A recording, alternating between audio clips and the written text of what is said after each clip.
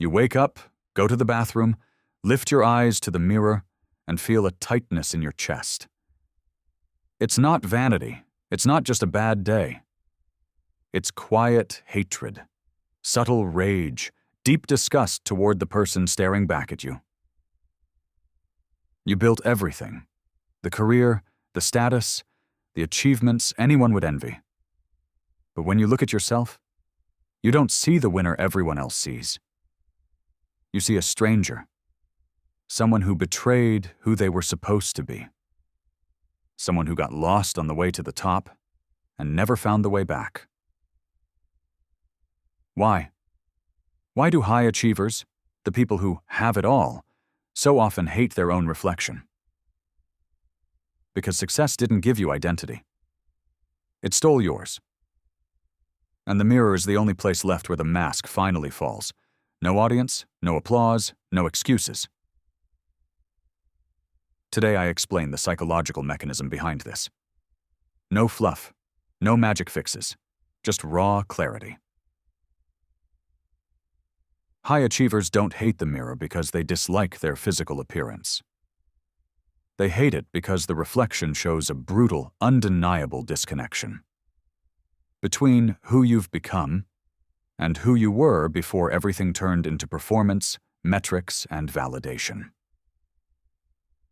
Psychologically, this is often rooted in what's called identity foreclosure, or complete fusion of your sense of self with your achievements. From very early on, you learned that your value equals your performance. Parents praised the grades, teachers rewarded the results, society celebrated the wins.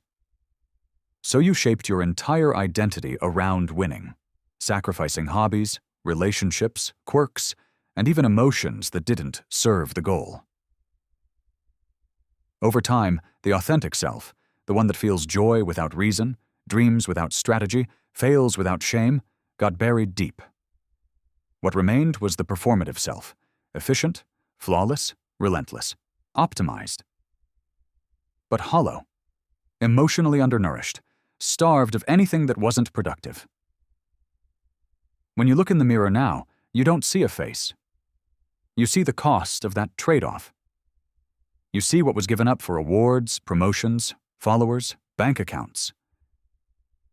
And it hurts because your nervous system still remembers this version staring back isn't whole. It's a finely crafted shell built to survive the game, not to actually live inside it. First major cause, the arrival fallacy, the illusion that arrival will finally fill you. You believe the next big milestone, the promotion, the exit, the recognition, will make you feel complete. You get there, and the emptiness doesn't shrink, it expands. Because of the hedonic treadmill, your brain adapts instantly. What was once a dream becomes your new normal. And the mirror quietly reminds you, you still haven't arrived, and deep down, you suspect you never really will. Second, an evolved form of impostor syndrome. It's not just, I'm a fraud. It's far worse. I only exist because of what I achieve, stop achieving, and I disappear. The reflection becomes terrifying evidence. Without the next trophy, title, or win, who are you?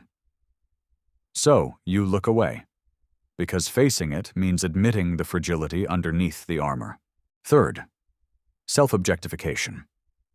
The most insidious one. You begin to see yourself not as a subject who feels and lives, but as an object of performance. The mirror stops reflecting a human being. It reflects a product, polished, useful, marketable. And products don't have the right to feel tired, sad, or uncertain. When they underperform, or simply stop, they become obsolete. That internalized logic breeds hatred, anger at yourself for allowing the transformation.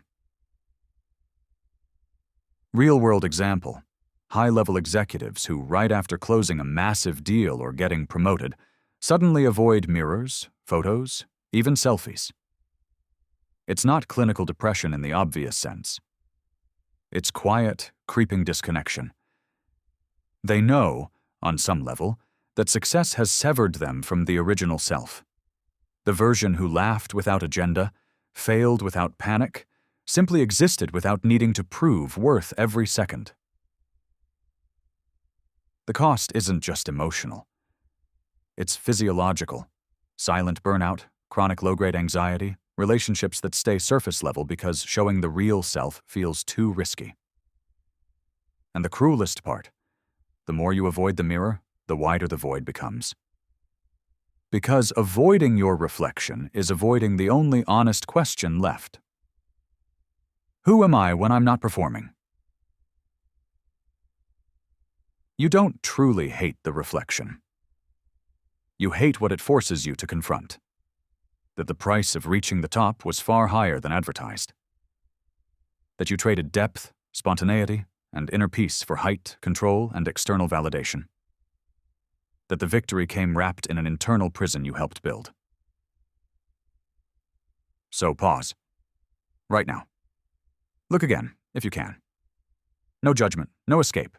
Just observe who's really there. Who do you see? The high achiever who conquered everything? Or someone quietly searching for the pieces of themselves they left behind? Comment below. When was the last time you looked in the mirror and actually stayed without looking away? What did you feel in that moment? If this hits something real, watch the next one. On Unveil, we don't sell quick fixes or motivational noise. We deliver psychological clarity, plain and unfiltered.